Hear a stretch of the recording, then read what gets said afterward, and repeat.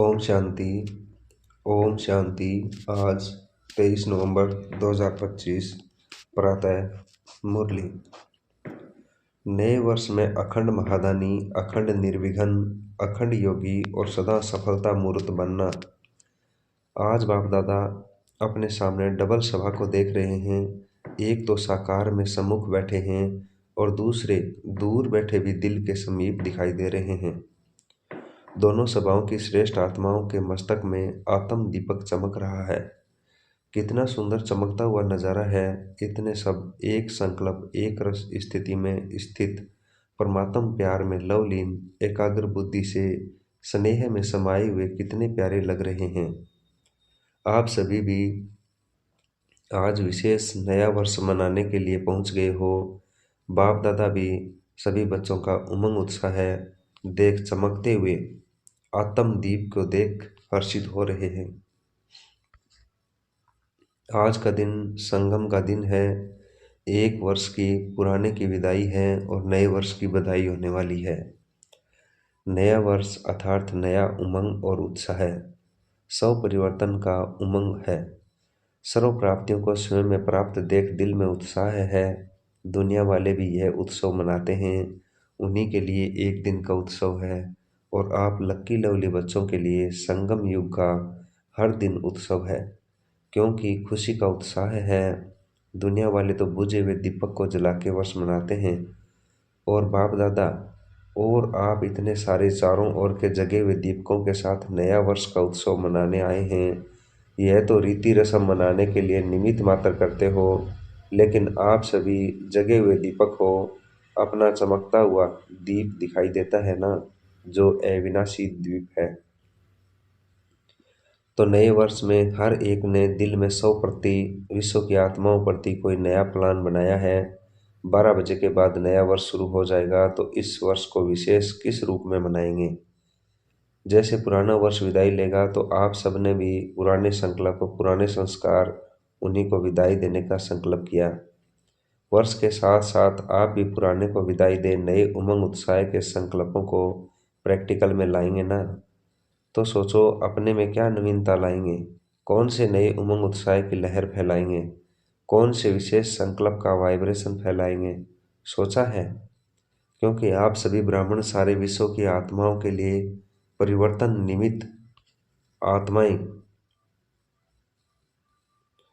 हो, विश्व के फाउंडेशन हो, पूर्वज हो, पूज्य हो। तो इस वर्ष अपनी श्रेष्ठ वर्ती द्वारा क्या वाइब्रेशन फैलाएंगे। जैसे प्रकृति चारों ओर कभी गर्मी का, कभी सर्दी का, कभी बाहर का वाइब्रेशन फैलाती है,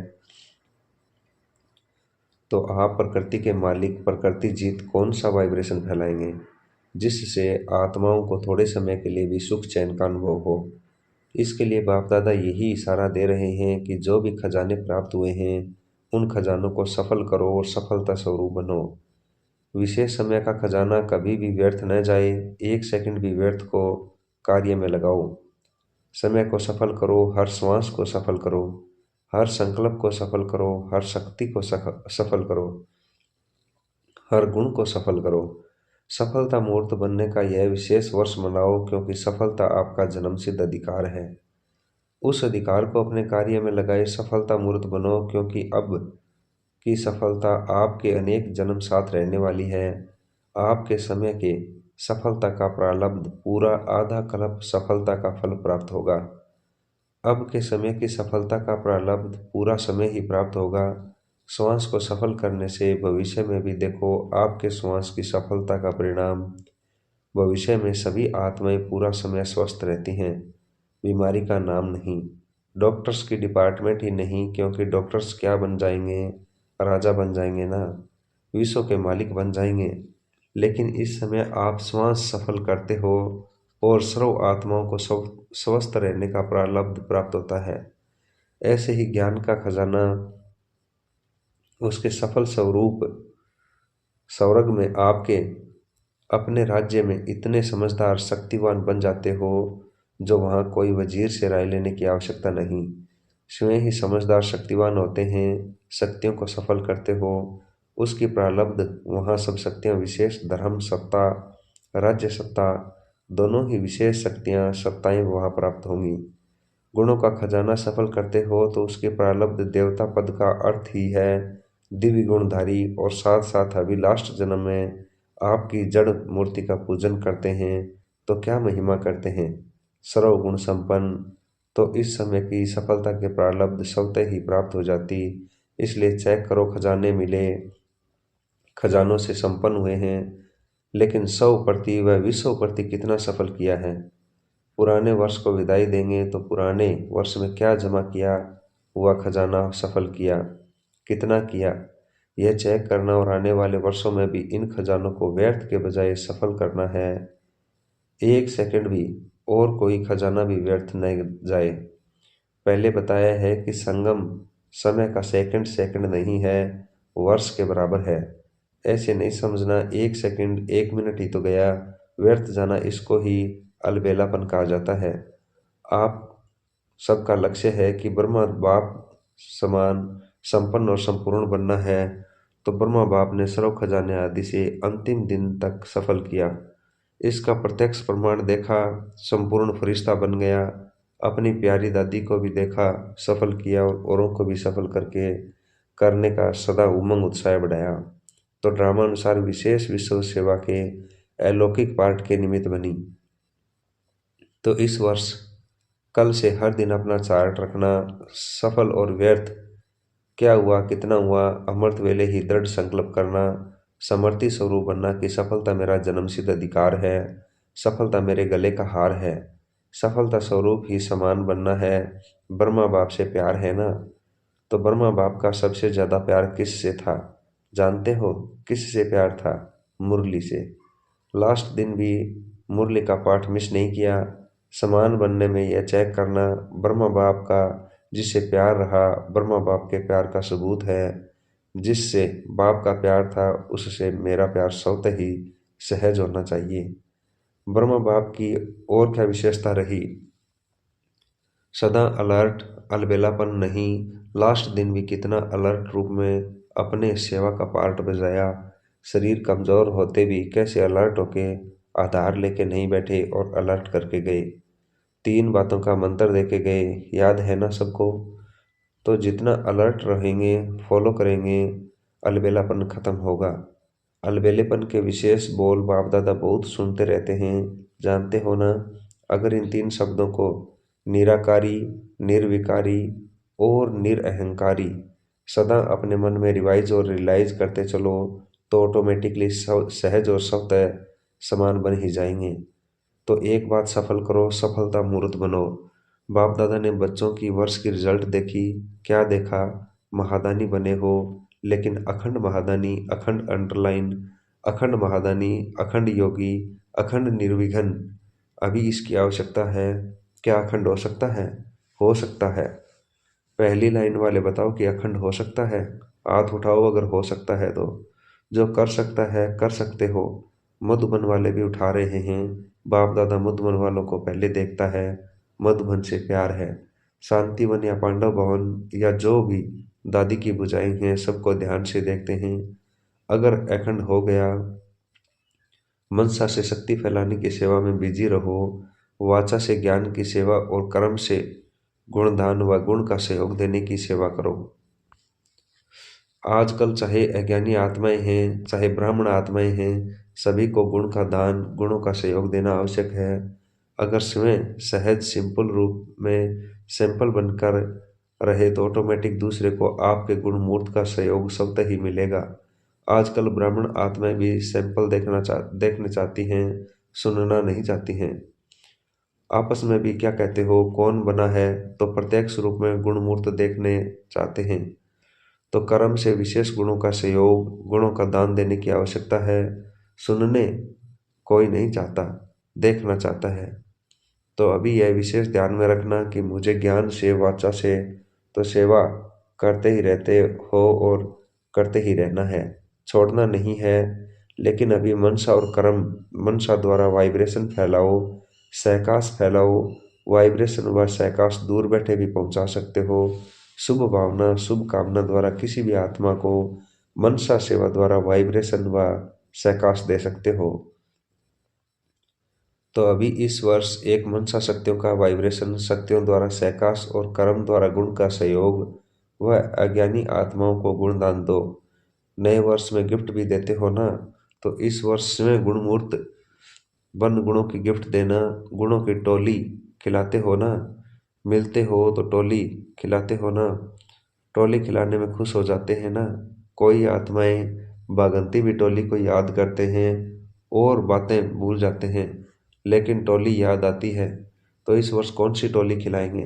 गुणों की टोली खिलाना, गुणों की पिकनिक कराना, क्योंकि बाप समान समय की समीपता प्रमाण और दादी के इशारे प्रमाण समय की संपन्नता अचानक कभी भी होना संभव है। इसलिए बाप समान बनना है व दादी को प्यार का रिटर्न देना है। तो जो आवश्यक है मनसा और कर्म द्वारा सहयोगी बनने की। कोई कैसा भी है यह नहीं सोचो यह बने तो मैं बनूं। नंबर 1 बनना है तो कभी यह नहीं सोचना कि यह बने तो मैं बनूं। पहला नंबर तो बनने वाला बन जाएगा, फिर आपका नंबर तो दूसरा हो जाएगा। क्या आप दूसरा नंबर बनना चाहते हैं कि पहला नंबर बनना चाहते हैं? वैसे अगर किसी को कहो आप दूसरा नंबर ले लो तो ले लेंगे? सभी यही कहेंगे पहला नंबर लेना है तो पहला निमित्त बनना है। दूसरे को निमित्त क्यों बनाते हो? अपने को निमित्त बनाओ ना। ब्रह्मा बाप ने क्या कहा? हर बात में खुद निमित्त बन के निमित्त बनाया। हे अर्जुन बन पार्ट बजाया। मुझे निमित्त बनना है, मुझे करना है। दूसरा करेगा, मुझे देखेंगे और करेंगे। और को देख मैं करूँगा नहीं, मुझे देख और करेंगे। यह ब्रह्मा बाप का पहला पाठ है। तो सुना क्या करना है? सफलता मूर्त, सफलता मूर्त। अखंड दानी माया को आने की हिम्मत ही नहीं होगी। जब अखंड महादानी बन जाएंगे, निरंतर सेवादारी रहेंगे, बिजी रहेंगे, मन बुद्धि सेवादारी रहेगा तो माया कहाँ आएगी। तो अभी इस वर्ष क्या बनना है? सबका एक आवाज दिल से निकले, यह बाप दादा चाहता है। वह क्या? नो प्रॉब्लम कंप्लीट, प्रॉब्लम नहीं लेकिन कंप्लीट बनना है। दृढ़ निश्चय बुद्धि विजयमाला के नजदीक मरना बनना ही है। ठीक है ना? बनना है ना? मधुबन वाले बनना है। No complain, no complain. हिम्मत रखने वाले हाथ उठाओ, नो प्रॉब्लम। वाह, मुबारक हो, मुबारक हो, मुबारक हो। देखो निश्चय का प्रत्यक्ष प्रमाण है रूहानी नशा। अगर रूहानी नशा नहीं तो निश्चय भी नहीं है। फुल निश्चय नहीं है, थोड़ा बहुत है। तो नशा रखो, क्या बड़ी बात है। कितने कल्प आप ही बाप समान बने हैं, याद है अनगिनत बार बने हो। तो यह नशा रखो, हम ही बने हैं, हम ही हैं और हम ही बार बार बनते रहेंगे। यह नशा सदा ही कर्म में दिखाई दे, संकल्प में नहीं, बोल में नहीं, लेकिन कर्म में। कर्म का अर्थ है चलन में, चेहरे में दिखाई दे। तो होमवर्क मिल गया है, मिला ना? अब देखेंगे नंबर वार में आते हो या नंबर 1 में आते हो। अच्छा, बाप दादा के पास कार्ड पत्र ईमेल याद प्यार कंप्यूटर द्वारा भी बहुत आए हैं। और बाप दादा दूर बैठे दिल तख्त नशीन बच्चों को, हर एक को नाम सहित विशेषता सहित याद प्यार और दिल की दुआएं सम्मुख इमर्ज कर दे रहे हैं। बाप दादा जानते हैं कि प्यार तो सबको रहता ही है और बाप दादा सदा अमृत वेले विशेष ब्राह्मण आत्माओं को याद प्यार का रिस्पॉन्ड विशेष करता है। इसलिए कार्ड भी अच्छे अच्छे बनाए हैं। वह यहाँ स्टेज पर रखते हैं, लेकिन बाप दादा के पास तो वतन में पहले पहुँचते हैं। अच्छा, चारों ओर के चमकते हुए आत्मदीप बच्चों को, सदा सफल रहने वाले सफलता स्वरूप बच्चों को, सदा अखंड महादानी, अखंड निर्विघ्न, अखंड ज्ञान और योग युक्त, सदा एक ही समय में 3 सेवा करने वाले मनसा वाइब्रेशन द्वारा, वायुमंडल द्वारा, वाचा वाणी द्वारा, चलन और चेहरे व कर्म द्वारा तीनों सेवा एक ही समय इकट्ठा हो, तब आपका प्रभाव अच्छा कहने वाले नहीं लेकिन अच्छा बनने वालों के ऊपर पड़ेगा। तो ऐसे अनुभवी मूर्त द्वारा अनुभव कराने वाले बच्चों को बाप दादा का नए वर्ष के लिए पदम पदम गुणा याद प्यार दुआएं और दिल का तख्त सदा तख्त नशीन बनाने वाला। इसलिए चारों ओर के बच्चों को जो सम्मुख है वह दूर बैठे दिल तख्त पर हैं, सभी को नाम और विशेषता सहित याद प्यार और नमस्ते। अच्छा, जो पहली बार आए हैं वह उठकर खड़े हो जाओ, हाथ हिलाओ। देखो आधा क्लास पहले बारी का आया है, पीछे वाले हाथ हिलाओ, दिखाई दे रहा है टीवी में, बहुत है। अच्छा, पहले बारी आने वालों को बाप दादा की बहुत बहुत दिल से मुबारक भी है और दिल का याद प्यार भी है। जैसे भी आए हो, तो अभी के आने वालों को बाप दादा का वरदान है, अमर भवः। वरदान है, गलानी करने वालों को भी गुणमाला पहनाने वाले इष्ट देव महान आत्मा भवः।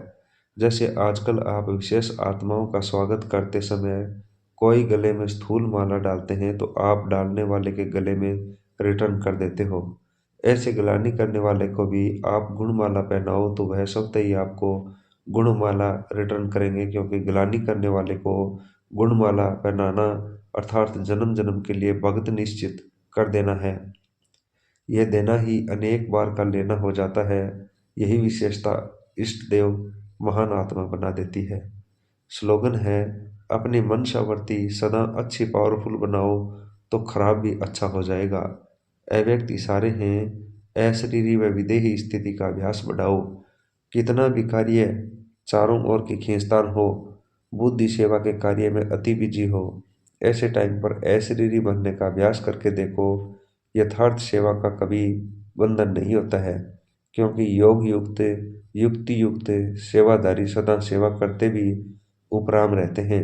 ऐसे नहीं कि सेवा ज़्यादा है इसलिए अशरीरी नहीं बन सकते। याद रखो, मेरी सेवा नहीं बाप ने दी है, तो निर्बंधन रहेंगे। ओम शांति। ओम शांति।